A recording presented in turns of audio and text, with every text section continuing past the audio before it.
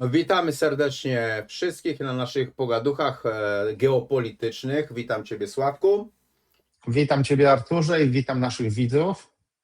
Cieszę się, że się spotykamy. Jakoś ja też, tak jak Ci powiedziałem w ubiegłym tygodniu, my akurat mamy takiego pecha, że nagrywamy odcinek, a zaraz po tym odcinku jakieś ciekawostki wyskakują, no nie? Tak, No i potem musimy ją omówić w następnym tygodniu. Dzisiaj będzie też tak troszeczkę mieszano, bo będzie o tym, co się przez ten ostatni tydzień wydarzyło. Ja postaram się pewne rzeczy poruszyć, żeby najspokojniej w świecie je omówić i myślę, że będzie też dosyć ciekawie, moi drodzy. Pozwól, że zacznę od takiej ciekawostki, pokażę taką pewną planszę, ty zobaczysz tą planszę. No i to będzie dosyć ciekawe, co się w ostatnim tygodniu wydarzyło.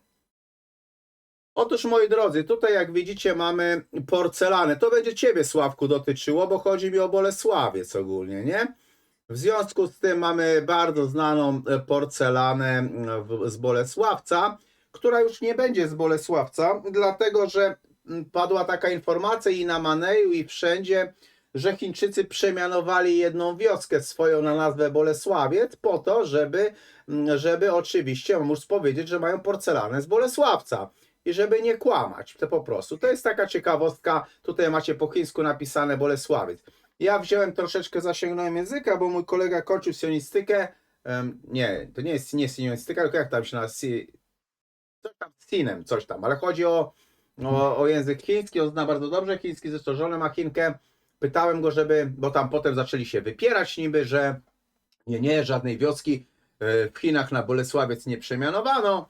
No ale się okazało, że jak on zaczął głębiej grzebać, moi drodzy, to się okazało, że wioski wprawdzie nie przemianowano, natomiast część jakiegoś miasteczka faktycznie przemianowano na nazwę Bolesławiec, w której produkuje się naczynia tego typu i teraz można śmiało po prostu powiedzieć, że jest to porcelana z Bolesławca, moi drodzy.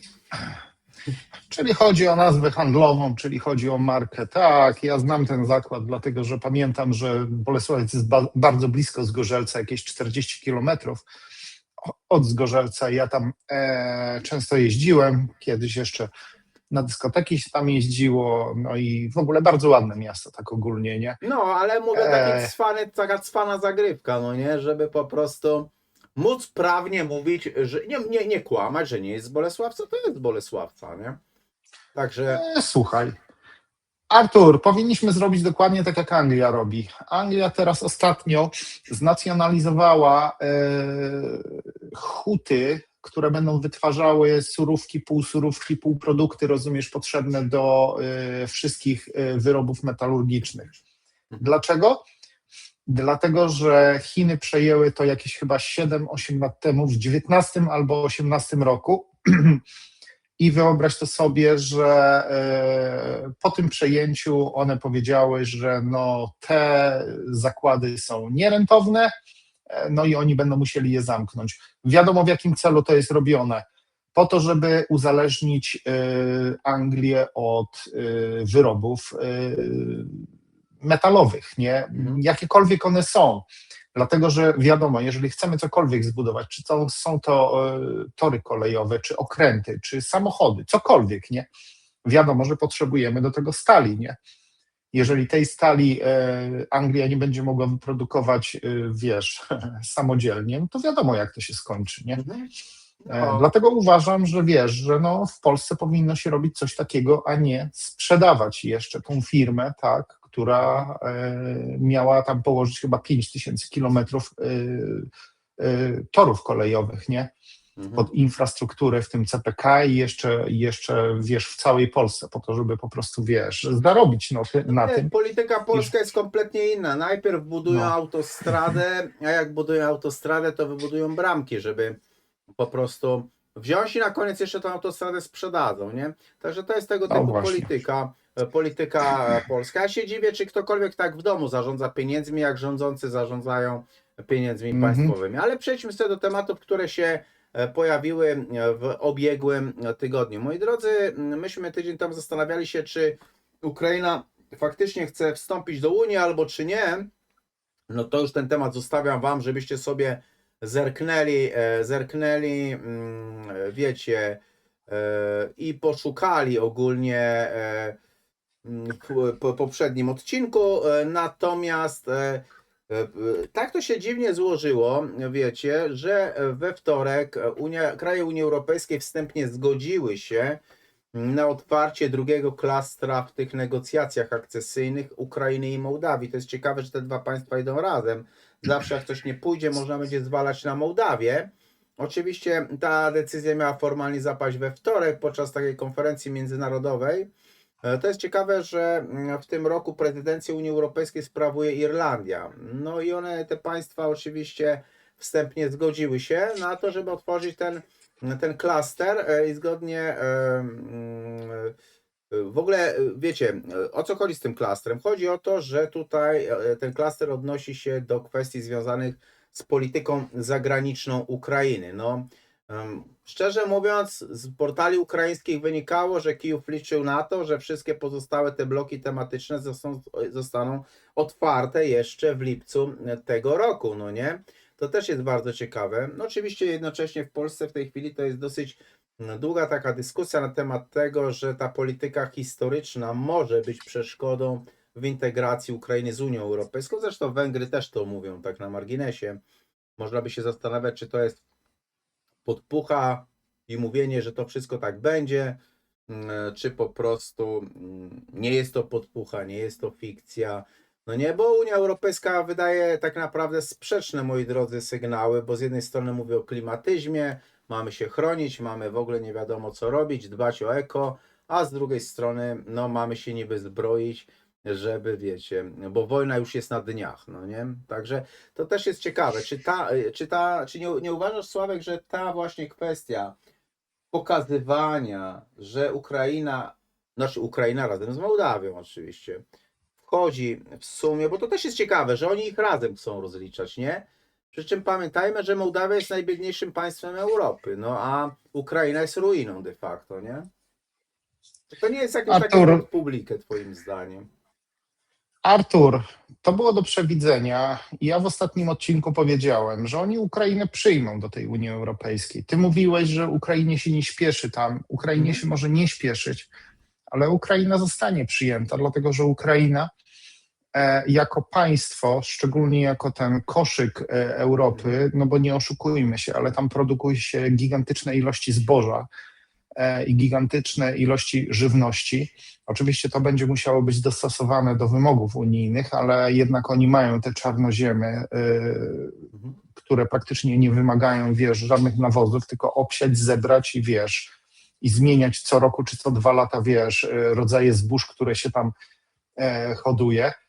Dlatego też Ukraina jest łasym kąskiem, a jeżeli, ja wierzę, że to jest prawdą, jeżeli jest prawdą to, że jeszcze w Ukrainie istnieją te laboratoria tajne, no to jest chyba oczywiste, że wiesz, Europa będzie chciała też położyć łapę na to, nie?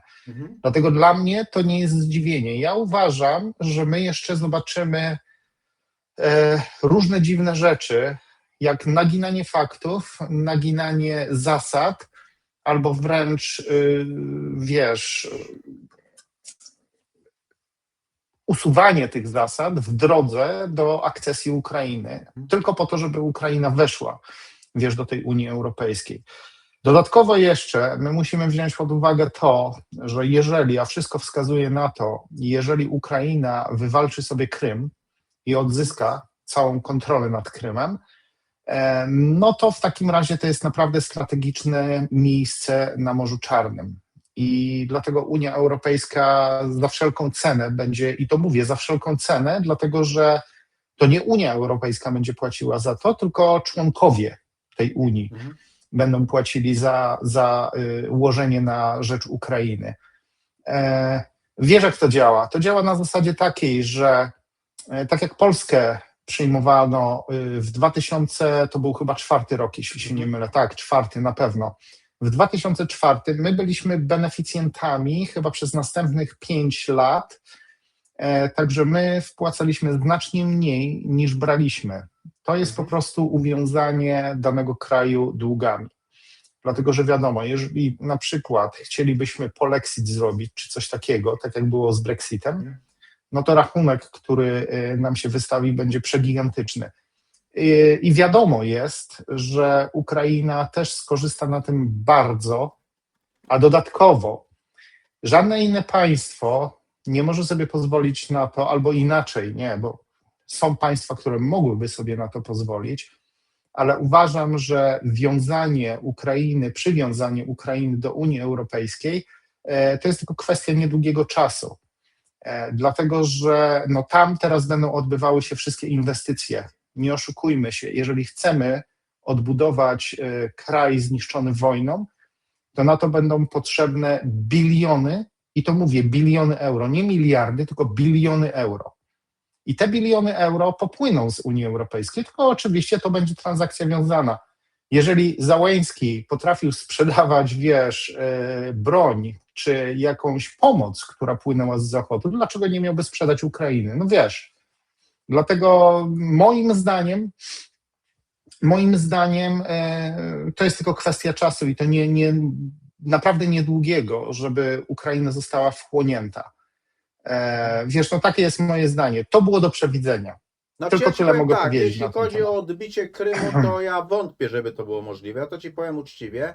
Natomiast ja się zastanawiam nad troszeczkę inną sprawą, powiem ci, Sławek, bo zwróć uwagę na to, że podział mandatów w Europarlamencie zależny jest od liczby mieszkańców.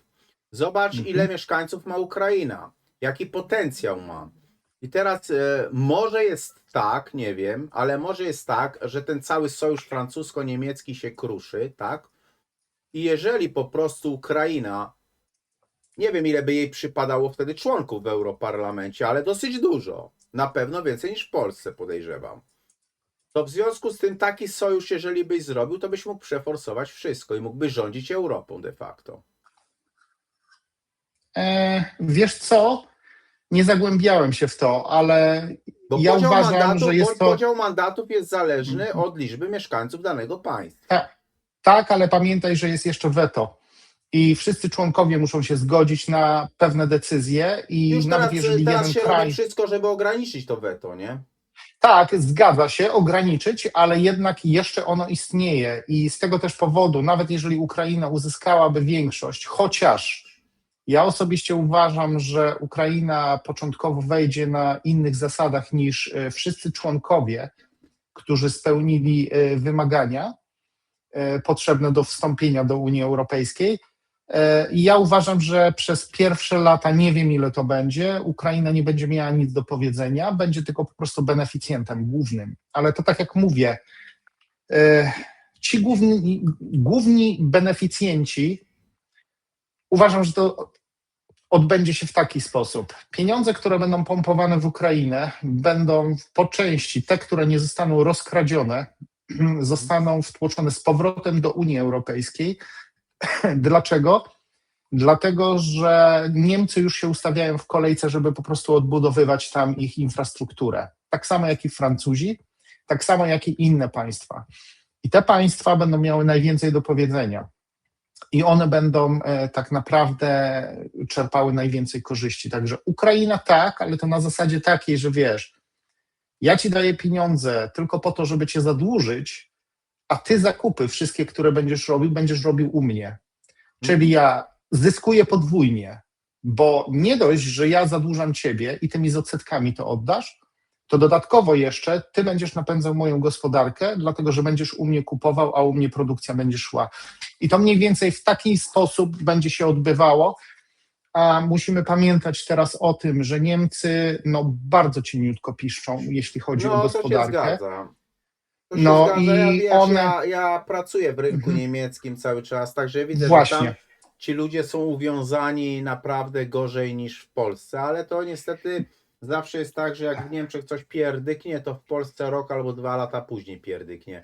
Tak, zgadza się, ale zwróć uwagę jeszcze na to, że przyjmowanie biedniejszych członków do Unii Europejskiej ma zawsze wymierne korzyści. Dlaczego? Dlatego, że możesz przemieścić tam na przykład produkcję choćby samochodów, czy elektrycznych, czy spalinowych, czy elektroniki, czy czegokolwiek. I wiadomo, że tam robocizna będzie znacznie tańsza niż na przykład w krajach Unii Europejskiej. I dzięki temu na przykład te firmy, korporacje, które produkują jakieś tam dobra materialne, one będą zarabiały na tym znacznie więcej. Także ja tutaj widzę, że to jest, wiesz, podyktowane sytuacją, może nie sytuacją, podyktowane po prostu finansami i ekonomią, ale ja nie jestem przekonany, co się stanie z tym, dlatego że wiesz co, ta wojna w Ukrainie tak naprawdę troszeczkę wymusza przyjęcie tej Ukrainy, wiesz, do Unii Europejskiej, bo gdyby nie to, to Ukraina nie miałaby żadnych szans, żeby wstąpić do Unii. Znaczy może przez tą wojnę jest ona faworyzowana bardziej, tak to nazwijmy. Tak, Bo faworyzowana i będzie się naginało zasady. Ale też pamiętaj, że dla mnie zadziwiające jest to, że jednocześnie w tym klastrze jest Ukraina i Mołdawia, tak? To jest też bardzo ciekawe. Na Mołdawii wojny nie masz, więc moim zdaniem wzięcie dwóch państw razem polega na tym, że i ma się rozliczać razem, tak? Jedno jest najbiedniejszym państwem w Europie, a drugie jest praktyczną ruiną, nie? Taki pat i pataszon, bo jedno potężne państwo, a drugie po prostu mikropaństwo, nie? No ale Artur, jeżeli byś przyjął Ukrainę, to Mołdawia by była odcięta, ona by była otoczona przez Unię I Europejską. co z tego? Grecja też była odcięta. Miałeś całą Unię Europejską plus Grecję.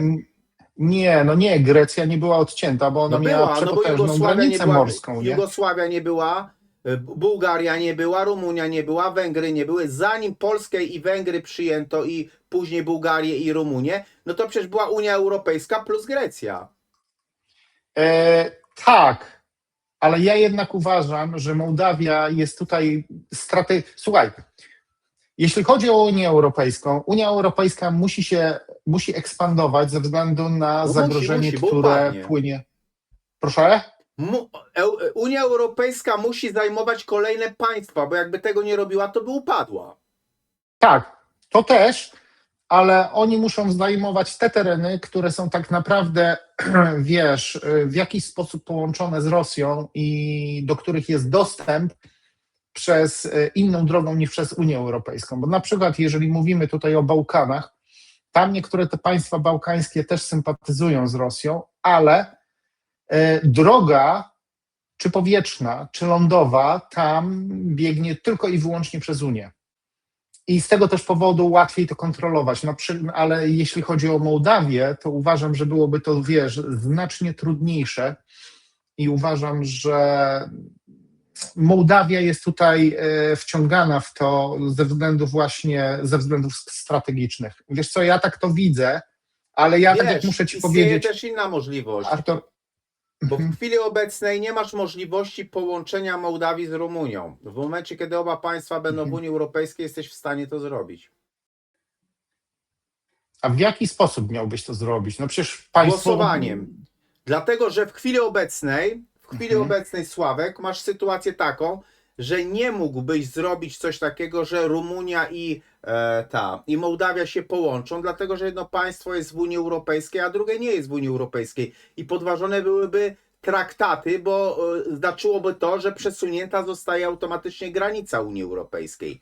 Natomiast w momencie, kiedy obydwa państwa są w Unii Europejskiej, granica nie zostaje już przesunięta. Wiesz co, muszę ci się szczerze przyznać, nie badałem dokładnie, no myśmy wiesz, tego odcinek zakresu, o tym rozmawiali, kwestii. kwestie przyłączenia Tak. NATO i Unii, nie? I ja tam Tak, podawałem, rozmawialiśmy że to jest na jeden ten z głównych temat. argumentów. Tak, rozmawialiśmy na ten temat, jednakże słuchaj, przyłączenie państwa, tak jak mówisz, to musiałoby się odbyć głosowanie i to nie tylko w Unii, Tak. nawet nie to, że nie tylko przede wszystkim w danych państwach musiałoby się to odbyć. No nie? tak, ale prezydent Mołdawii oficjalnie powiedziała, że gdyby takie głosowanie było za połączeniem Mołdawii z Rumunią, to ona by głosowała za. No to dobra, no to jest jeden głos, nie? Ile jeszcze osób ale by ja głosowało, to podaję nie jako wiem, przykład, oczywiście, nie? No. Wiesz, Artur, Mołdawia nie ma nic moim do zdaniem, stracenia. tak, moim zdaniem, słuchaj, wszystko może się zdarzyć. Ja nie wiem, jak to się rozwinie i ja nie chcę tutaj naprawdę, wiesz, przewidywać, dlatego że dla mnie akurat Mołdawia nie jest tutaj najważniejsza. Dla mnie najważniejsza jest Ukraina, dlatego że jest znacznie, wiesz, większym państwem niż Mołdawia. Jest obszarowo, jest przepotężna, także nie oszukujmy się. I tutaj jeśli chodzi o, wiesz, o populację Ukrainy, to tak naprawdę ta populacja jest mniej więcej zbliżona, wiesz, do Polski. Także wiesz, no ja nie sądzę, żeby to było, wiesz, żeby oni mieli, wiesz, jakąś większość, by tam zajmowali i wiesz, i mogliby tam przeforsować jakieś rzeczy, nie? Plus jeszcze weto, które każde państwo może, wiesz, złożyć, nie? To jest ważne, nie? A jeśli chodzi, wiesz, o to, co mówisz, że oni łączą Mołdawię, wiesz, z Ukrainą, wiesz co, ja powiem ci, że ja uważam, że Mołdawia tak jakby troszeczkę skorzysta na tej wojnie z Ukrainy, dlatego że zapędy do tego, żeby Mołdawię przyłączyć, wiesz, do Unii Europejskiej, były praktycznie od zawsze. Ja pamiętam, tutaj też rozmawiałem z ludźmi, którzy pochodzą z Mołdawii, nie? I oni mówili, że tam, wiesz, wiele rzeczy się robiło, no wiadomo, no tak jak mówisz, najbiedniejsze państwo, oni nigdy w życiu nie sprostaliby tym wymaganiom, no i być może, żeby usprawiedliwić, wiesz, wejście tylnymi drzwiami Ukrainy, no to muszą jeszcze też, wiesz, przyjąć inne państwo, żeby nie było na to, że oni faworyzują Ukrainę, chociaż tak każdy wie, o co chodzi, nie? Także wiesz, ja w ten sposób to widzę, dlatego że wiesz, że... No to jeszcze jedną ciekawostkę powiem, bo myślę, że o tej ciekawostce zapominamy. Jeżeli do Unii Europejskiej przyjęto by Ukrainę i Mołdawię, to pamiętajmy o tym, że Rosja w Unii Europejskiej miałaby swoją enklawę. Dlaczego? Dlatego, że część Mołdawii to Naddniestrze, które jest rosyjskie. Tak. I byłoby z każdej strony otoczone przez Unię Europejską w tym przypadku. No tak, ale wiesz, jest jedna enklawa i to w Polsce, to znaczy no nie w Polsce, nad Bałtykiem, rosyjska, która jest już otoczona przez Unię Europejską, No nie? też, Bo to jest, wiesz, no ten jest. okręg królewiecki, nie? No. Także wiesz, to coś zmieniło? No nie, nic nie zmieniło, dlatego że wiesz, traktaty międzynarodowe, wiesz, obowiązują i oni muszą mieć dostęp, wiesz, do swoich terenów i tak samo będzie się to odbywało, wiesz, i wiesz, w tym przypadku, nie? No, także to tak i samo jeśli chodzi... jak dziwnym trafem Cypr jest w Unii Europejskiej, pomimo tego, że posiada część turecką, nie? No. Tak, no właśnie, dokładnie, nie? I dlatego Turcja też chciała się, wiesz, pcha się, wiesz, do Unii Europejskiej. Ja uważam, że to jest nieporozumienie, dlatego że Turcja nigdy nie była blisko Europy, no ale wiesz, to jest moje zdanie, nie? No. A jeśli chodzi, wiesz, o te... Ja tylko na zakończenie tego tematu powiem, że jeśli chodzi o Mołdawię, to lubię tylko wina i kobiety z Mołdawii, w przeciwieństwie do Ukrainy. Także to ten.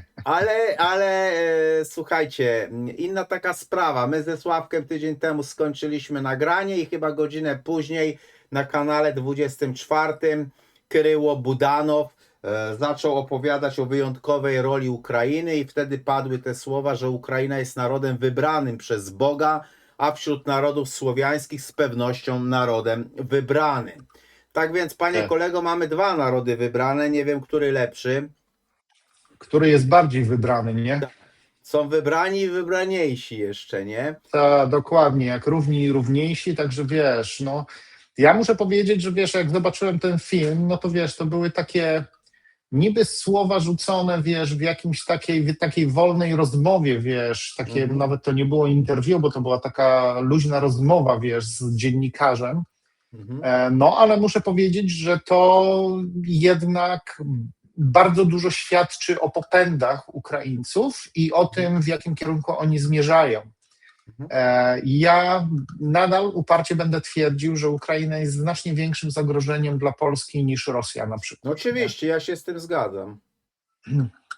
Także po prostu wiesz, jeśli chodzi o to, co Budanow powiedział, ja myślę, że ktoś zada mu to pytanie. Dobrze by było, żeby mu zadali na przykład, wiesz, na jakiejś konferencji prasowej i to na międzynarodowej konferencji prasowej, tam, gdzie nie mógłby się zawinąć i pójść, bo nagle mu się śpieszy gdzieś, tylko żeby dokładnie wyjaśnił to, co on chciał przez to powiedzieć, dlatego że jeżeli on tak uważa, no to wiadomo, co te narody wybrane mogą robić z innymi narodami, które nie zostały wybrane, a które są znacznie starsze niż ten naród wybrany, mówię, dlatego że no to może naprawdę prowadzić nie tylko do segregacji, ale do czystek i to, co widzimy na Bliskim No to Wschodzie zgadza i do się, bo wielu innych pamiętajmy o tym, że rzeczy. nawet już za czasów Chrystusa to te tereny nazywane były Palestyną, a nie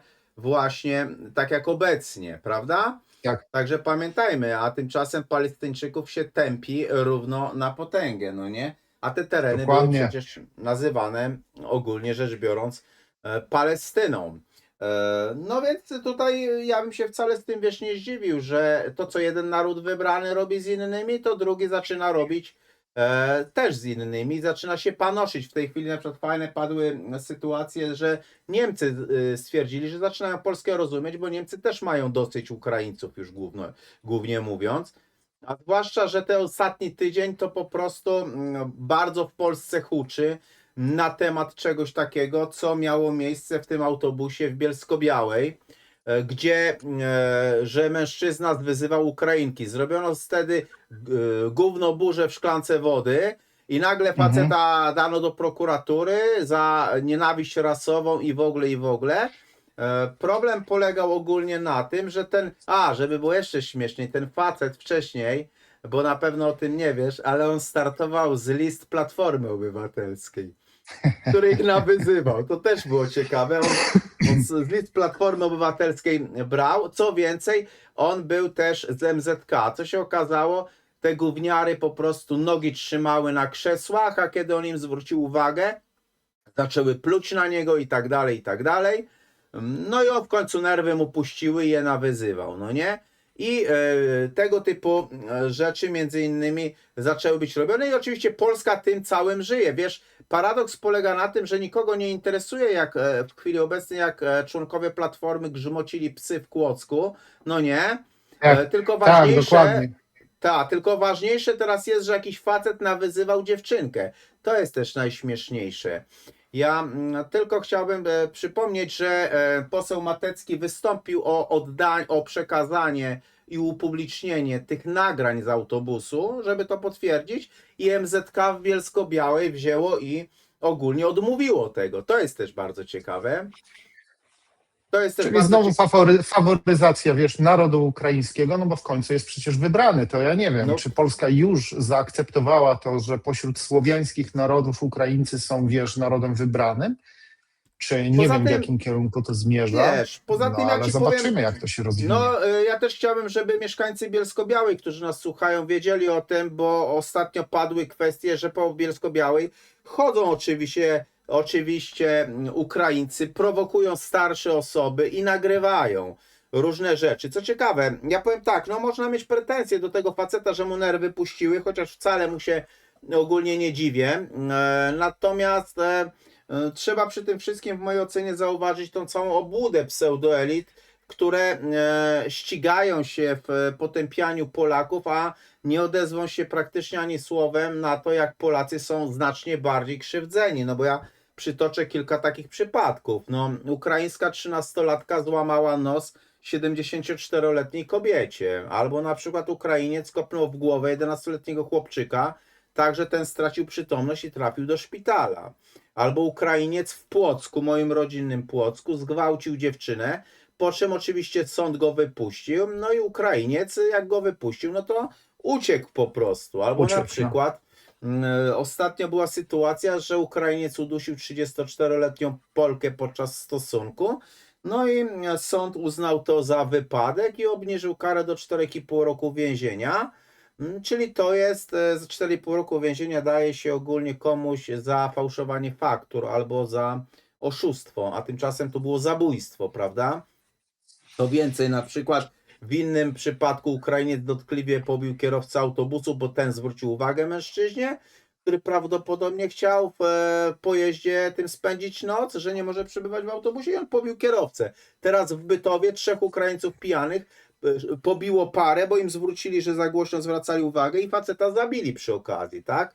No a na przykład w Katowicach, Widziałem to. jeszcze tylko na zakończenie podam, że w Katowicach niejaki Konstantin K. zaatakował nożem w tułów i w okolice klatki piersiowej policjanta, którego tak naprawdę tylko uratowała kamizelka kuloodporna, ale funkcjonariusz był ranny. No wiecie, ja mogłem tutaj godzinami mówić po prostu na temat tych innych przykładów i o tym jest cichosza jak po śmierci organisty, no nie?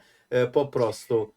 Ale że facet nakrzyczał na Ukrainkę, to wiesz, ura bura i się robi z tego gówno burze w szklance wody, nie? Dobrze, żeby być uczciwym, Artur, teraz przytoczmy inne fakty, jak Polacy zachowywali się, wiesz, za granicą i co tamte media i tamte narody, na przykład, czy jakieś partie polityczne robiły. Wiemy, że w latach 80.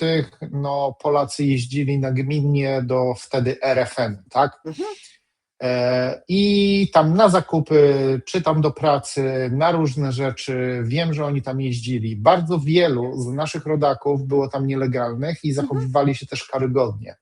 Z tym, że jeżeli jakiś Polak popełnił jakieś przestępstwo, to było to jasno nagłaśniane w telewizji. Mało tego, jeszcze piętnowani byli ci ludzie i w żaden sposób nie byli faworyzowani. Ja pamiętam, była taka sytuacja, to były lata 90.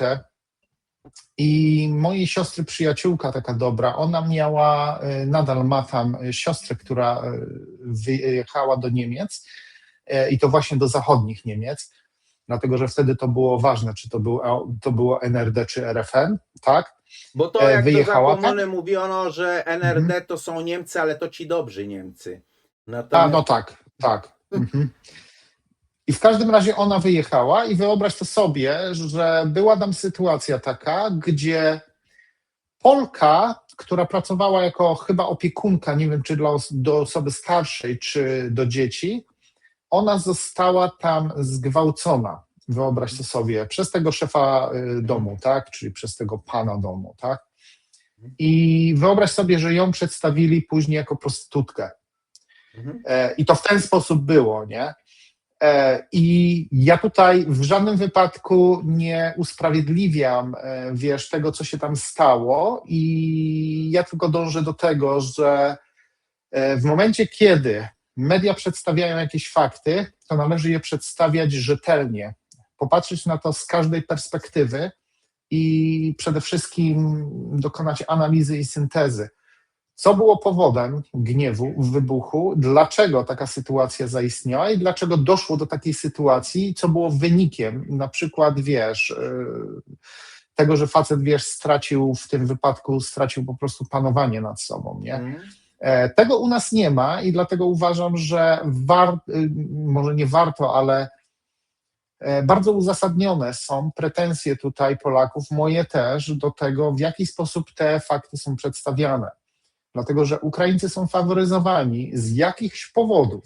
I oczywiście. Ja tutaj naprawdę nawet nie chcę zgadywać z jakich, chociaż mówiliśmy na te tematy, Ja ci powiem, a nie powinni być. Słowo, moim zdaniem w żadnym wypadku nie powinni być. Czekaj, Artur, tylko dokończę. Tak jak to miało miejsce w Niemczech, to, co my robiliśmy, czy we Francji Polacy co robili, czy nawet tutaj w Anglii to, co Polacy robili. Tutaj mieszkam już w Anglii ponad 20 lat. I widziałem różne rzeczy, naprawdę różne, przeróżne, ale Polacy byli traktowani, wiesz, mniej więcej tak samo, jak traktowani są Angole, nie? Którzy popełnią jakieś przestępstwo, nie? I oni nie byli ani faworyzowani, ani nie byli, wiesz, jakoś tam, wiesz, szykanowani. No po prostu popełniłeś, wiesz, jakieś przestępstwo, no to musisz ponieść karę i tyle, niezgodnie z obecnym, wiesz, kodeksem karnym i tyle, nie? No, wiesz, ja powiem, jeśli chodzi o Ukrainę i Polskę, to coś jest, do góry nogami się coś po prostu wywróciło i to jest dla mnie niepojęte, naprawdę. No bo wiesz, bądźmy realistami, mówienie, że to są dziewczynki, to są dzieci i zasłanianie się, że tym jest dzieci, mnie to wkurza, powiem ci szczerze, bo to jest tak samo jak się często z matki z dzieckiem robi świętą krowę, wiesz, ogólnie, no nie, że matka z dzieckiem to może wszystko. Ja chciałbym tylko przypomnieć, że to właśnie gówniarze w tym wieku, co te dziewczynki podpaliły samochody Polakom w Poznaniu. Ja chciałbym przypomnieć, że to gówniarze w tym wieku biegali na osiedlu po dachach samochodów Polaków i tak dalej. My możemy mówić, że to są dziewczynki, to są jacyś tam dzieci i tak dalej. Ja wiem, że wszystko co małe to jest bardzo fajne, no nie? Ja ci powiem bardzo prosto jedną rzecz. Ja do niczego nie zachęcam, ale podam tym razem ja jako przykład. Kiedy byłem na studiach, to uczestniczyłem w żniwach też, bo po prostu do budynku przylegały tam pola ze zbożem i myśmy jako studenci po prostu uczestniczyli w tym, w tych, w zbiorach zboża, prawda? I pamiętam, że jeden tam z kolegów, co z nami był na roku, on miał te wszystkie uprawnienia, jeździł na traktor, zresztą kończył w ogóle technikum rolnicze, więc on tam tym wszystkim tam zawiadywał i tak dalej. No i jak ścinali zboże, to trafiliśmy na, ja mówię, ja nie zachęcam do niczego, ale warto wziąć pod uwagę to, co w tej chwili powiem. Jak ścinali zboże, to odkryli bardzo dużo, takie gniazdo małych myszek, no nie? Po prostu. I pamiętam, że ten kolega wziął widły i te małe myszki zaczął dziabać i zabijać je, no nie? Bo był nauczony ze wsi po prostu, nie? Ja mówię, no weź, daj spokój, kurde, przecież to jest mała myszka i tak dalej. A on wtedy powiedział bardzo mądre słowa, bo on powiedział, mała, ale jak wejdzie, to ci wpierdzieli połowę spichlerza, jak podrośnie.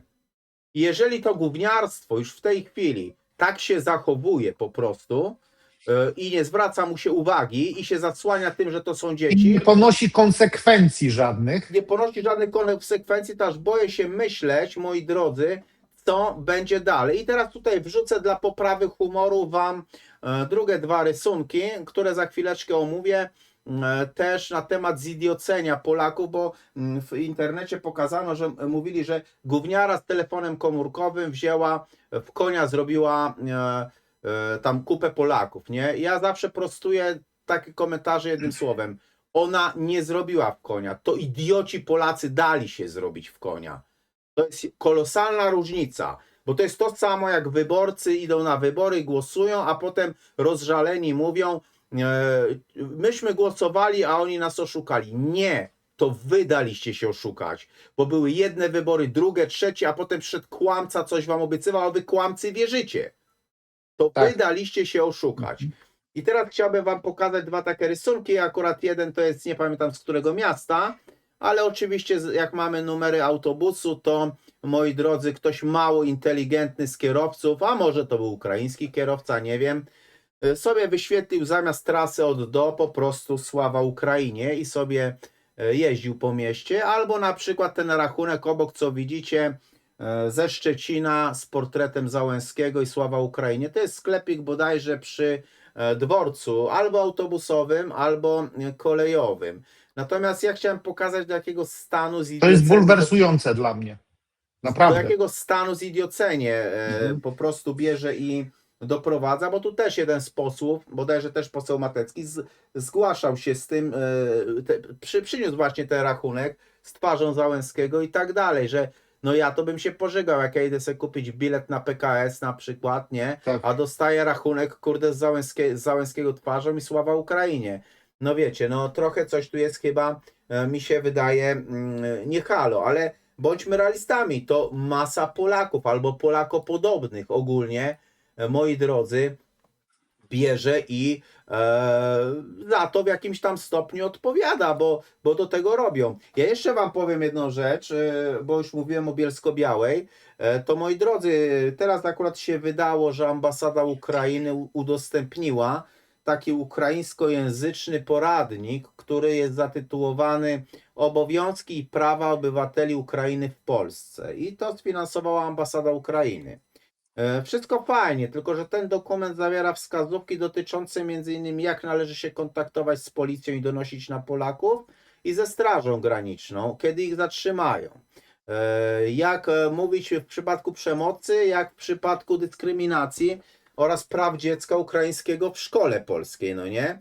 Co więcej, wam powiem, że jedna z części tego poradnika dotyczy zachowywania się podczas sytuacji konfliktowych i autorzy tego podręcznika, oni zalecają, możecie znaleźć ten podręcznik w internecie też, autorzy zalecają, aby, jeśli jest to bezpieczne, zapamiętać wygląd sprawcy, obecność świadków oraz w miarę możliwości wykonać zdjęcia albo robić stałe nagrania wideo. No i według tego poradnika, moi drodzy, materiały te później mogą stanowić dowód w postępowaniu prowadzonym przez odpowiednie służby przeciwko Polakom. Co więcej wam powiem, ta instrukcja przypomina również, że zgodnie z polskim prawem można nagrywać rozmowę lub zdarzenie, jeśli jest się ich uczestnikiem. Jednocześnie odradza się publikowanie takich nagrań w internecie bez wcześniejszej konsultacji prawnej. To jest bardzo ciekawe, że taki podręcznik został wydany w języku ukraińskim, jest rozpowszechniany na naszej ziemi, na naszym terenie przeciwko nam. To jest też bardzo ciekawe. Tak. To jest nie tylko, że ciekawe, ale bardzo niepokojące ze względu na to, że jeżeli my przyjeżdżamy do jakiegoś państwa, to kodeks karny tego państwa tak naprawdę obowiązuje każdego. Nieważne, czy ty jesteś Polakiem, czy jesteś Hindusem, czy skądkolwiek pochodzisz. Dane prawo obejmuje teren danego państwa, tak? I to całe terytorium. Może się ono różnić tam nieznacznie, jeżeli mamy na przykład do czynienia, tak jak na przykład w Królestwie Zjednoczonym, tam Szkocję, Irlandię Północną, Walię, ale prawo jest prawem. Natomiast rozpowszechnianie czegoś takiego, no ja uważam, że to jest takie typowe nawoływanie właśnie do, ja powiedziałbym nawet powstania przeciwko Polakom i do takiej nienawiści narodowej. I ja się zastanawiam, czy to nie jest robione celowo? Odpowiedź jest tutaj, wiesz, to jest retoryczne pytanie, dlatego że ja uważam, że jest to robione Moim zdaniem celowo to właśnie jest celowo po to. robione. Tak, tak, oczywiście, nie. Jest to robione celowo i jaki jest cel tego? No po prostu poróżnienie, żeby w żadnym wypadku Ukraińcy nie zintegrowali się z Polakami, bo gdyby tak stało się, no to Ukraina straciła podstawy do tego, żeby Straciła choćby, tożsamość wiesz, przede wszystkim. przejmować. Wiesz. To tożsamość też, ale okazałoby się, że tak naprawdę, że jeżeli Ukraińcy poznaliby stronę polską i perspektywę polską, no okazałoby się, że te wszystkie upałuny i te różne inne dziwne twory, które mordowały Polaków, no one nie są wcale takimi bohaterami narodowymi. Słuchaj, ja ci powiem zawsze uczciwie, pomaga. Sławek, Czekaj ja ci chwileczkę, powiem tylko dokończę, wiesz? I zawsze pomaga, jeżeli potrafimy spojrzeć na dane zagadnienie z wielu różnych kątów, z wielu różnych perspektyw i wiadomo, czym więcej argumentów i czynników jesteśmy w stanie, wiesz, rozważyć, tym pełniejszy obraz mamy. I dlatego też po prostu, wiesz, ja pamiętam, ty z Niemcami, no tam się nie wychowywałeś, ale tam się kształciłeś, także w Szwajcarii tak naprawdę, ale dobrze znasz rynek no i w niemiecki. Niemczech też. No i w Niemczech też. I słuchaj, ja tak samo miałem, wiesz, bardzo złe zdanie o Niemcach kiedyś, jak byłem dzieckiem, bo się naoglądaliśmy tych wszystkich 4 pancernych i pies i tak dalej, nie? A później się okazało, że ci Niemcy wcale nie są tacy źli. No oni, przynajmniej ci z NRD, z tych lepszych Niemiec. Bo tak? to są dobrzy Niemcy. Tak, bo to są dobrzy Niemcy, tak? Ja pamiętam, że wiesz, my jak przechodziliśmy tam za Nysę, jak rozmawialiśmy z nimi, no to oczywiście to jest inna kultura, to są inne podejście do życia, oni mają inne swoje jakieś tam obyczaje. Niektóre z tych obyczajów po prostu nas bulwersowały, ale większość z nich okazało się naprawdę bardzo w porządku ludźmi, nie? I oni się dość dobrze integrowali, mieszali się na przykład z Polakami, nie? I ja zmierzam tylko do tego, że jeżeli przyjeżdżamy do jakiegoś narodu i wypuszczamy taki po prostu poradnik, no ja uważam, że to jest bardzo znaczące i dlatego nie dziwię się, że w Polsce tak teraz nastroje się zmieniają i dochodzą do władzy i do głosu przede wszystkim dochodzą, może jeszcze nie do władzy, ale mam nadzieję, że dojdą do władzy, te partie po prostu prawicowe, które chcą ukrócić tą pomoc Ukrainie i po prostu chcą zrobić z tym porządek. Ja ci powiem uczciwie teraz pewną rzecz, że długo się nad tym zastanawiałem, bo to co powiedziałeś, warto jest stawać w prawdzie i widzieć po prostu obie strony, prawda, monety. Wiesz co, ja się dziwię, Sławek, nad jedną rzeczą. Ja się dziwię osobiście nad czymś takim, że Polacy i rząd polski przykładowo nie zrobił takiego myku jak sławetne państwo Izrael po II wojnie światowej. Wiesz dlaczego? Bo na przykład oni zrobili coś takiego w Izraelu, że ci sprawiedliwi wśród narodów, którzy pomagali ocaleć Rzymianom z rzezi, tak naprawdę, przykładowo, tam sadzili drzewka i dostawali ten tytuł sprawiedliwy wśród narodów, prawda? Bo wielu Polaków, na przykład tam ma podobno najwięcej Polaków te drzewka zasadziło w porównaniu do innych, którzy pomagali właśnie Rzymianom, nazwijmy to, w czasie II wojny światowej.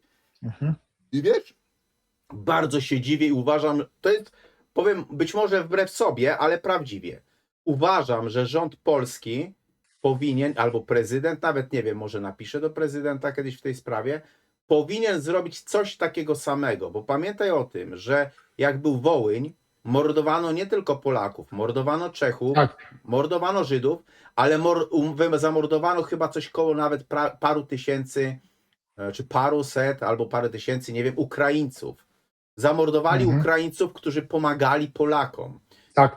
I wydaje mi się, że warto byłoby, żeby rząd polski czy prezydent polski, ktoś uhonorował tych, którzy zginęli dlatego, że ukrywali Polaków, tak? Artur, no ale przecież ta ustawa weszła i chyba dzisiaj ona weszła. Odnośnie tego, Naprawdę. Tak, jeśli chodzi o Wołyń i tam jest wyraźnie napisane, czekaj chwileczkę, ja niech sprawdzę, ale bo mówię, weszła że ta to ustawa. bo moim zdaniem to byłby kolosalny cios dla Ukraińców, żeby pokazać, Tak. że pewna część, bo Ukraińcy, co by nie mówić, są narodem straszliwie zazdrosnym, pazernym Tak. i zazdrosnym. Więc jeżeli by widzieli, że pewna Wiesz co, część daj z mi nich chwilkę, ja znajdę to. Ja powiem ci, co ja czytałem, artykuł taki się dzisiaj albo wczoraj, nie pamiętam dokładnie, ale pojawiło się coś takiego, że ta ustawa weszła i ona przeszła jednogłośnie. Mhm.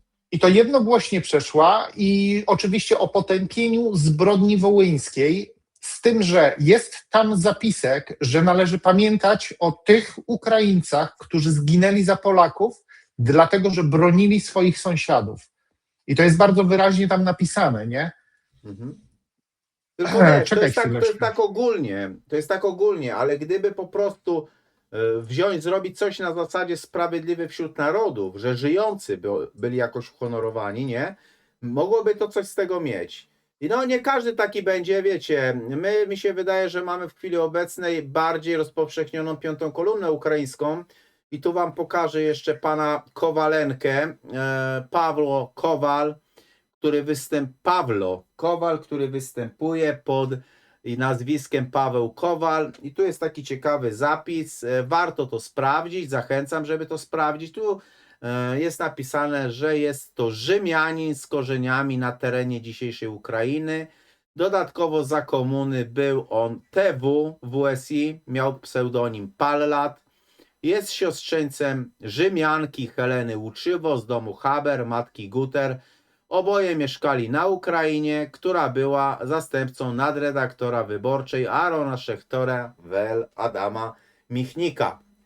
Więc zachęcam, żeby sobie tutaj, moi drodzy, poszperać, czy to prawda, czy to nieprawda, ale można wiele rzeczy w jego drzewku genealogicznym znaleźć, moi drodzy. Dobra, wiesz co? Słuchaj, czekaj chwileczkę, teraz prostujemy już. To jest z dnia dzisiejszego, z 17 lipca. Ta ustawa jeszcze nie weszła w życie, oczywiście, dlatego że została dopiero przegłosowana. Przepraszam, ale mówi ona właśnie o potępieniu tych zbrodni przez OUN, przez frakcję Bandery. Ukraińską oczywiście ma zostać wprowadzony dokładnie opis zbrodni popełnionych przez OUN, Ukraińską Powstańczą Armię, ich członków i współpracowników i inne ukraińskie formacje współpracujące z III Rzeszą. I projekt traktuje zbrodnie przeciwko Polakom na Wołyniu i w Małopolsce Wschodniej jako ludobójstwo. Dokładnie, to jest dokładnie to, co powinno być, moim zdaniem.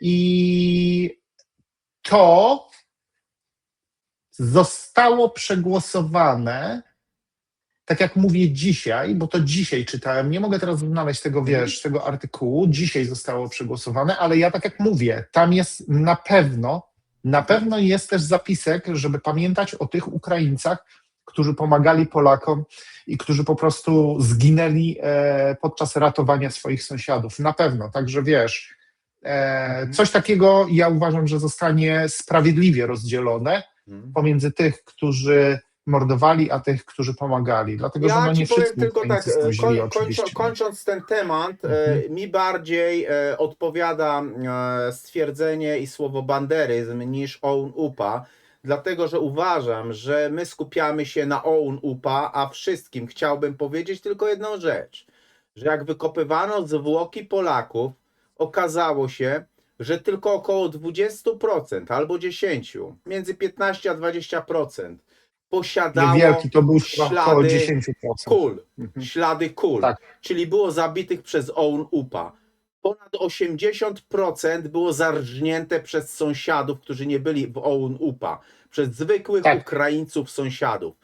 Tam są ślady Zawistnych, cięcia którzy piłą. mieli, tak, I to jest dokładnie, kwestia. My się skupiamy, patrz Sławek, my się skupiamy nad czymś takim, że OUN-UPA, a nagle przeprowadzono ankietę w Polsce wśród Ukraińców i okazuje się, że 80% Ukraińców mieszkających w Polsce popiera Załęskiego i jego decyzje w kwestiach banderyzmu. No to co Tak. robi Netył? No dokładnie, no to po co? Po co, w jakim celu wy chcecie się tutaj integrować? W jakim Ale celu oni nie chcą się przyjeżdżacie integrować, oni nie chcą się integrować, oni chcą mieć swoją enklawę, oni chcą pasożytować i chcą, żeby ktoś na nich płacił i tyle, no po tutaj? prostu. No właśnie, oczywiście, tylko w jedną stronę, nie? Słuchaj, znalazłem to, No. to jest, Sejm jednogłośnie przyjął uchwałę w sprawie uczczenia pamięci ofiar ukraińskich nacjonalistów na ziemiach wschodnich II Rzeczypospolitej. Po odczytaniu wyników głosowania posłowie wstali, a na sali plenarnej rozbrzmiały oklaski. Tak jak mówię, znajdziecie to na Interi sobie, poczytajcie na ten temat, bo uważam, że to jest, to jest ważne. Te ekshumacje na Wołyniu trwają. Ukraińcy teraz ubiegają się, nie wiem, czy Tak, widziałeś, o to, żeby ale w Polsce o mieć, nie? ekshumacje w Polsce, na terenie Polski. Tak, i Dowcip też polega- nie wiem, czego oni szukają. Dowcip Proszę? polega na tym, że dzisiaj zmieniono szefa IPN-u i Tusk Tak. poniósł porażkę, Widziałem. bo przegłosował Sejm, że chcą gościa i Tusk się wściekł i powiedział, że Senat go nie przepuści. Bo proszę ciebie, nawet No. ludzie z Platformy za nim głosowali, nie? No właśnie. Ja uważam, że wiesz co, jeśli chodzi o sprawę tożsamościowe, takiej to tożsamości narodowej, nie, i historyczne, no ja uważam, że to powinna być osoba rzetelna, która jest po pierwsze rzetelna, uczciwa i potrafi tak naprawdę rozważać wszelkie za i przeciw i potrafi spojrzeć na dany problem historyczny po prostu z wielu perspektyw. Ja bym się do tego nie nadawał. No, Dlatego, że ja ja też bym- był pewnie stronniczy. Dobra, Ja też byłem lecimy stronniczy. sobie dalej. Dlatego, że tak, emocje czasami mną powodują. No dobra, jedziemy dalej. Słuchaj, Artur. jedziemy dalej. Na przykład, wiesz co, najciekawszą rzeczą jest to, bo jeszcze dwa tematy takie krótkie mi zostały też w związku z Ukrainą, bo wiesz, dowcip polega na tym, że nagle, proszę ciebie, Ukraina miała przekazać te techniki dronowe za migi, oczywiście powiedziała, że jej tego nie przekaże, bo Polacy na własny koszt mają te migi wyremontować, a Polacy nie chcieli. Koniec końców, w związku z tym nie da Polakom w ogóle technik dronowych i koniec końców podpisała umowę z Estonią i Estonii udzieliła te kwestie tych technik dronowych, natomiast Polsce nie, prawda? To jest też bardzo ciekawy dowcip, że Ukraińcy bardzo strzegą sobie pewnych rzeczy, żeby te kwestie zbrojeniowe przypadkiem nie były oddane Polsce. No nie? Bo z Estonią, z tego co widzę, to oczywiście, oczywiście Polska twierdzi, że Ukraina nie dotrzymała tych uzgodnień. No i co z tego, że nie dotrzymała? I mają to w dupie. I co z tego? I co dalej? No i nie dotrzymali, to nie dotrzymali. No i co? Nie? Jakie są wyciągnięte? A my dalej płacimy, no nie? Natomiast na Ukrainę. Natomiast do tego zaraz jeszcze przejdziemy, dlaczego płacimy. Natomiast Ukraina podpisała z Estonią tą umowę Drone Deal. I ta umowa obejmuje wspólną produkcję, transfer technologii, wymianę doświadczeń i rozwój przemysłu dronowego. I to jest oficjalnie było ogłoszone przez oba państwa, nie? Ciekawe jest to, że Ukraina nie podała w ogóle oficjalnego powodu, dlaczego analogiczna współpraca z Polską nie doszła do skutku, tak? I to jest też ciekawe. Ukraina po prostu zrobiła to, co robi naród Rzymian, czyli oni jak nie chcą o czymś mówić, to istnieje zmowa milczenia. Po prostu się na ten temat nie dyskutuje i koniec. Nie odpowiada i nie ten, nie? I oni nie powiedzieli wcale, dlaczego Polakom nie dali i tyle w dyskusji. Oczywiście tam w tle niby ktoś może mówić, że są te kwestie związane napięcia między Kijowem a Warszawą. Przynajmniej Reuters o tym mówił, no nie? Potem tam mówiono, że oni chcą mieć inny model współpracy z Estonią, bo Estonia niby zaoferowała wspólne inwestycje, produkcję, rozwój zakładów przemysłowych i tak dalej, no nie? No wiesz, można by sobie na tej zasadzie zrobić to, co ja powiedziałem, jedną rzecz. Druga rzecz, która jest bardzo ciekawa, jeszcze będzie taka jedna śmieszna, to ci powiem. Druga rzecz, jaka będzie, no albo jako przerywnik, to w tej chwili powiem. Wiesz o tym, że w Unii Europejskiej wchodzi takie prawo, Sławek, że oczywiście jeżeli ty nie masz dzieci i umierasz, no nie, to twój majątek i nie masz spadkobierców na przykład, bo chodzi mi, że nie masz spadkobierców jakichś, to wtedy jak nie masz spadkobierców, to przechodzi na Skarb Państwa, no nie? I rzecz polega na tym, bardzo dowcipnie, że Unia Europejska przepchała już, albo jeszcze nie, ale jest w trakcie przepychania ustawy, że jeżeli na przykład takie dziadki różnej maści sobie poumierają, nie mając spadkobierców, no to właśnie mają być te mieszkania potem przeznaczone na imigrantów, nie? Po prostu, bo jest problem z lokalami mieszkalnymi i tak dalej, a na przykład masz mieszkanie, nie wiem, załóżmy spółdzielcze czy nie spółdzielcze, albo coś przechodzi na Skarb Państwa, no to już mają mieszkania, nie? Nie ma problemu. Także sposób na to sobie w jakimś tam stopniu biorą i wynajdują. Przynajmniej ja wiem, że u mnie na klatce schodowej, u mnie na piętrze to przynajmniej 4, 5 dziadków jest, którzy chyba nikogo nie mają. Muszę się wokół tych babek zakręcić, żeby przepisały na mnie, bo widzę, że lepiej na mnie niż na Ukraińców, no nie? No, także No, zdecydowanie, no ale jeżeli wejdzie to, co mówiłeś, to prawo, o którym mówiłeś, że jeżeli ktoś ma, wiesz, metraż większy niż ileś tam, to będą dokoptują, wiesz, Ukraińców, to i tak ci dokoptują. Ty stary, my dożyjemy takich czasów, o których tobie się nie śniło. Po raz trzeci w historii może zobaczysz Wolne Miasto Gdańsk, nie? Po raz trzeci w historii, tak jak było. Potem wiesz, powyżej 60 metrów ten projekt ustawy, który tam jest złożony, za chwilę zaczną, to są rzeczy, które się w głowie nie mieściły po prostu kiedyś, nie? Także wiesz, to powiem Ci szczerze, że jest ciekawie. Ale jeszcze jedną rzecz odnośnie Ukrainy chciałem powiedzieć. Właśnie to, co ostatnio też było, moi drodzy, że pytanie pozostaje, dlaczego Polski nie ma w koalicji antybalistycznej, no nie? No media mówią jedną rzecz, że Ukraińcy Polaków w ogóle nie chcieli, nie? Nie chciały, nie? No bo wiecie, w poniedziałek co było na polach elizejskich, oczywiście, ten pałac elizejski we Francji oświadczył, że ja przeczytam ten tekst chociaż, co oświadczono. My, przywódcy Danii, Francji, Niemiec, Włoch, Holandii, Norwegii, Hiszpanii, Szwecji, Ukrainy i Wielkiej Brytanii, dostrzegając rosnące zagrożenie ze strony pocisków balistycznych oraz rosnące znaczenie zdolności obronnych dla bezpieczeństwa kontynentu europejskiego, ogłaszamy dziś rozpoczęcie tworzenia czysto obronnej, antybalistycznej koalicji rakietowej. Wyrażamy nasze poparcie dla jej flagowego projektu, którego celem jest szybkie rozwijanie zdolności antybalistycznych. Tak Pałac Elizejski wziął i, moi drodzy, powiedział. Co więcej, ciekawe jest to, że nawet Czarzasty jako marszałek Sejmu powiedział, że tak, to jest prawda, że Ukraińcy nas nie chcieli po prostu. To wcześniej próbowano gadać, że zabrakło nam determinacji. Co to my mamy mieć determinację, kurna, nie? Żeby do tej koalicji wejść albo nie wejść. Natomiast wiesz, moim zdaniem, panie kolego, to mi się wydaje, że może to jest i dla nas zbawienne. To jest moje zdanie. Może jest dla nas zbawienne, bo może to będzie. Wiesz co, być może jest to dla nas zbawienne, bo nie będziemy uwiązani żadnymi traktatami i będziemy mogli sami rozwijać. Nie będzie musiała nas walić, nie? Tak, ale czekaj chwileczkę. Wiesz co, ja widzę tutaj i wady, i zalety tego. Jeśli chodzi o wady, no to nie oszukujmy się, ale rozwijanie polskiego przemysłu, jeżeli, wiesz, rząd polski pozwala sobie na to, żeby sprzedawać, wiesz, kurę, która znosi złote jaja, w postaci tej firmy, tak, która miała tam kłaść ileś tysięcy kilometrów tam szyn, kolei, no to niestety, ale wszystko może być pod jakąś kontrolą i to tych konsorcjum, które nie do końca, wiesz, działają w interesie Polski. I trzeba wziąć pod uwagę, ja mówię, kiedyś badałem ten temat, ale ja bym musiał go odświeżyć. Było kilka wynalazków takich polskich, które zostały zamiecione pod dywan i które zostały przejęte po prostu. Nawet nie oszukujmy się. W kwestiach uzbrojenia były fantastyczne. To też, oczywiście, że tak. Nawet teraz, i to ostatnio widziałem, pewien facet się wypowiadał i on mówi oficjalnie, on mówi, że wiesz, ktoś może go podciągnąć do sądu za to. On oficjalnie mówił, że w Polsce produkuje się pociski, które mogą z powodzeniem dosięgnąć Moskwy, czyli one mają zasięg co najmniej 900 kilometrów, nie?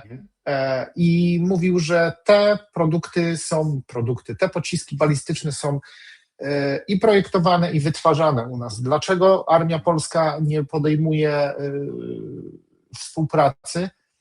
Dlatego, że jest pewne lobby jakiegoś tam państwa, jakiegoś konsorcjum, w którego interesie to nie leży.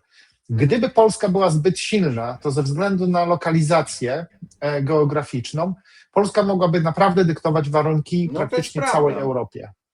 Tak, dokładnie.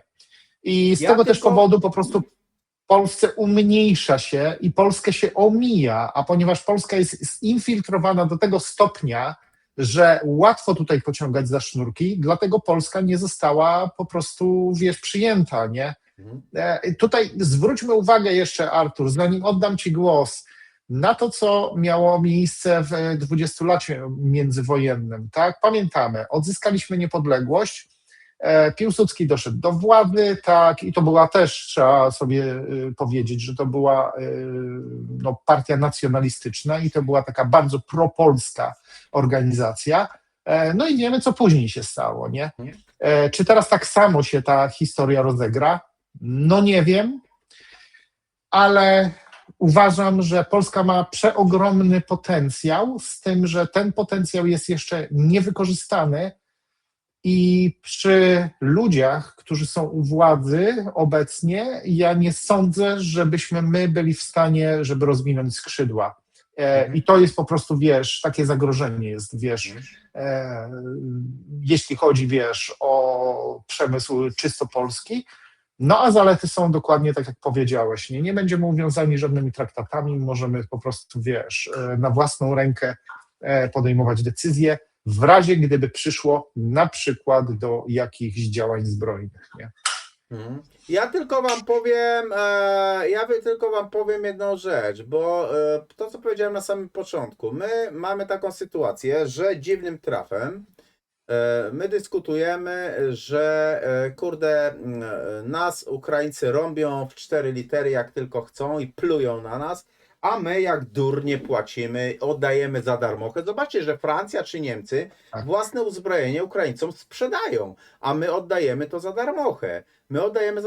Pytanie dlaczego? Sprawa jest bardzo prosta, bo ja wam to powiem dlatego, że za rok będą wybory, żebyście o tym wiedzieli, moi drodzy. Tak. Moi drodzy, to jest spowodowane umowami, które podpisał który rząd, chciałbym, żebyście wiedzieli. To podpisał rząd PiS-u, że my będziemy za darmochę oddawać uzbrojenie. Tak. To podpisał rząd PiS-u. To jeszcze Macierewicz bodajże podpisywał, mi się tam wydaje, z tego co kojarzę, jeżeli dobrze. Ale to rząd PiS-u na 200% podpisał. Nikt inny tego nie zmienił, nikt inny tego nie wypowiedział i dlatego Polacy idioci oddają to za darmo. I jeszcze chcę wam powiedzieć jedną rzecz, jeżeli ktośkolwiek, jakiś wyborca PiS-u nas słucha, to rząd PiS-u to podpisał, a opublikowano to w Monitorze Polskim, moi drodzy, 2 lata później. 2 lata później. Opublikowano, a jest powiedziane, że ma być opublikowane niezwłocznie. Przez 2 lata rząd PiS-u kłamał Polaków i nawet im nie powiedział, że podpisał takie umowy. Oczywiście. No, także rząd PiS-u sprzedał Polskę równo Ukraińcom. Równo. Więc jeżeli nie chcecie, a w mojej ocenie te wybory w 2027 roku będą ostatnimi wyborami w Polsce, bo już tyle z niezależności zostało oddanych, że już niewiele co zostało, więc będą ostatnie, jest to ostatnia szansa, żeby jeszcze chronić Polskę w 2027 roku, więc jak wiecie, jak bierzecie i chcecie Polskę ochronić, to ludzie mówią do mnie, na kogo głosować, na kogo głosować. Ja wam nie powiem, na kogo głosować, nawet nie chcę wam mówić, na kogo głosować, ale mogę wam powiedzieć, na kogo nie głosować. Nie głosować na PO-PiS z przystawkami. Won. Tych ludzi wywalić z polityki won. A spośród następnych, jeżeli macie mózg, to sobie zobaczcie, co dla was jest priorytetem i sobie głosujcie, nie? Przede wszystkim, Artur, tutaj jeżeli ja miałbym komukolwiek doradzać, popatrzeć jakie są programy polityczne i co oni obiecują i czy te obietnice będą mogły być dotrzymane. W jaki sposób chcą zrealizować tych obietnic. Bo jeżeli ktoś ci obiecuje gruszki na wierzbie, no to oczywiście nie dotrzyma tej obietnicy. Nie, ale też chodzi o priorytety, wiesz, Sławek, czy dla ciebie priorytetem jest to, żeby Polska była silna, żeby Polska była rządzona przez Polaków, czy to jest dla ciebie priorytetem? Oczywiście. Czy dla ciebie priorytetem jest, że ktoś daje prawo do aborcji? Ja mam w dupie aborcję. No tak. To nie jest istotą sprawy. To nie jest Nie. istotą sprawy, Nie. no nie? No więc to też zależy, kto jaki ma mózg, bo jak ktoś ma mózg rybki akwariowej, to wiesz, to dla niego będzie ważne, że ktoś głosuje za związkami partnerskimi. Jakby to było, kurde, jakby to świat miał zbawić, nie? Na Tak, przykład. dokładnie, jakby miał uratować Polskę, nie? I No. wiesz, tą infiltrację całą. No oczywiście, że tak, nie? Ja tutaj też no, nie chcę nawet się za bardzo, wiesz, doradzać, dlatego że to jest tak naprawdę kwestia sumienia każdego człowieka, każdego Polaka, na kogo zagłosuje, ale ja uważam, że ja tak jak mówię, powtórzę jeszcze raz, ja jak byłem w Polsce, no to tak powiem szczerze, bardzo lekko podchodziłem do pewnych rzeczy, a takim naprawdę patriotą stałem się paradoksalnie po tym, jak wyjechałem z tej Polski. Jak zobaczyłem, co jest grane, jak zobaczyłem, w jaki sposób to może się odbywać, a w jaki sposób się nie odbywa.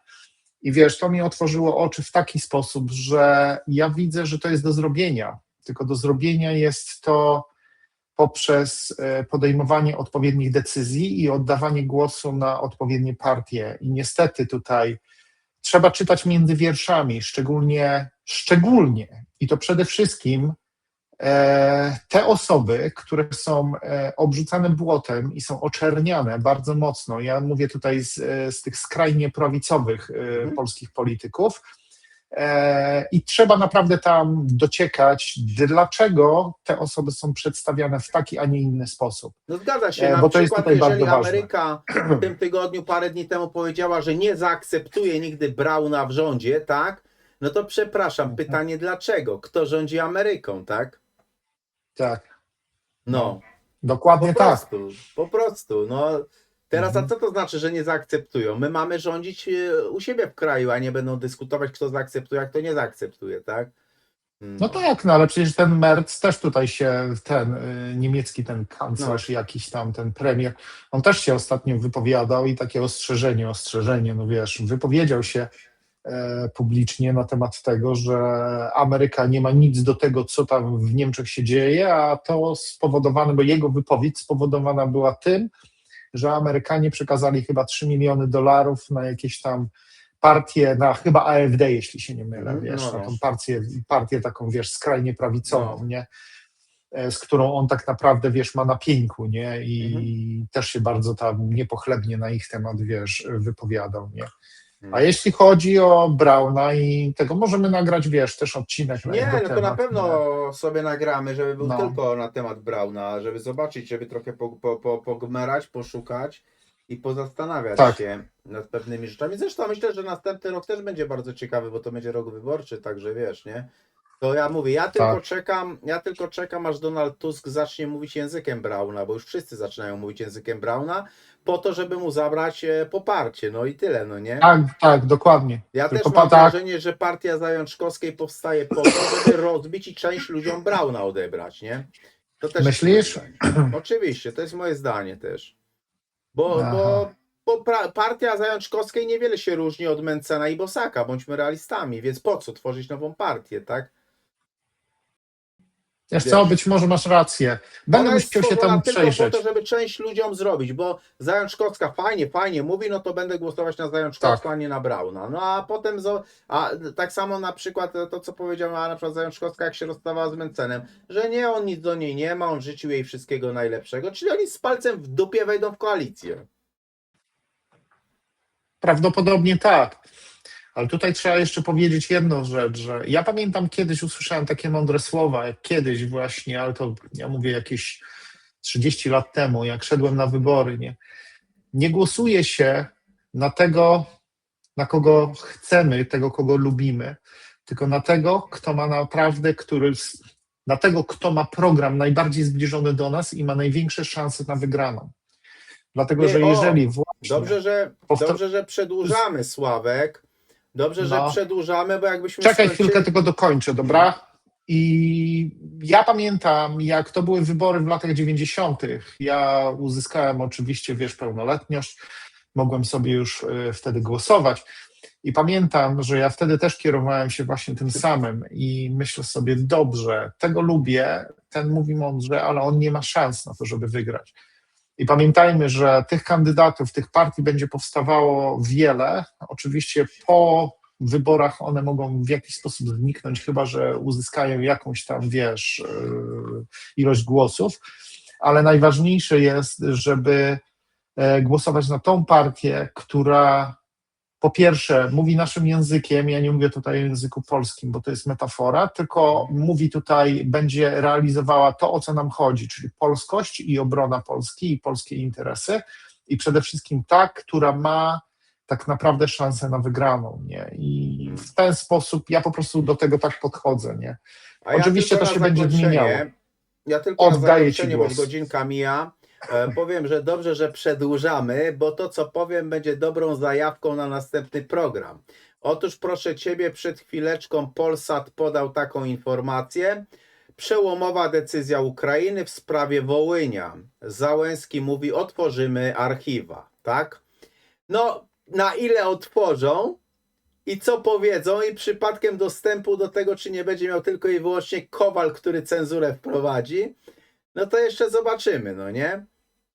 I zobaczymy, Ale rzeczywiście widzę. Mają być wydane pozwolenia tak na prace poszukiwawcze i ekshumacyjne. Zostaną otwarte wszystkie archiwa. Załęski ogłasza w sprawie Wołynia. Polityka Ukrainy, Załęski zwołał spotkanie. No, zobaczymy, może coś się ruszy. Dobrze.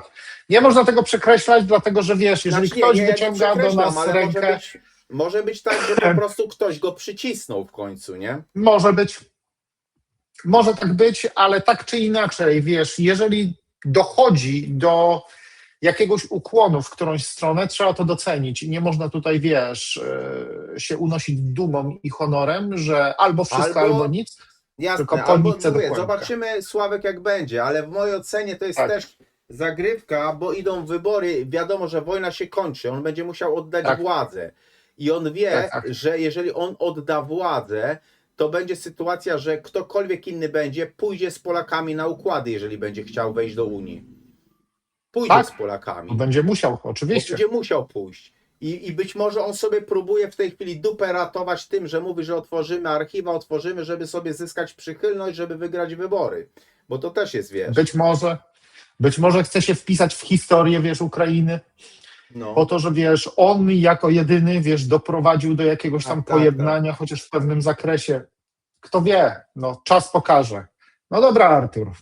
Czekamy na Wasze komentarze tradycyjnie. Cieszymy się, że spędziliście z nami tą godzinkę czasu. Dzięki ogromne, Sławku, i zobaczymy, co się w tym najbliższym tygodniu będzie działo. Dziękuję Ci, Arturze, i dziękuję naszym widzom. Do zobaczenia następnym razem.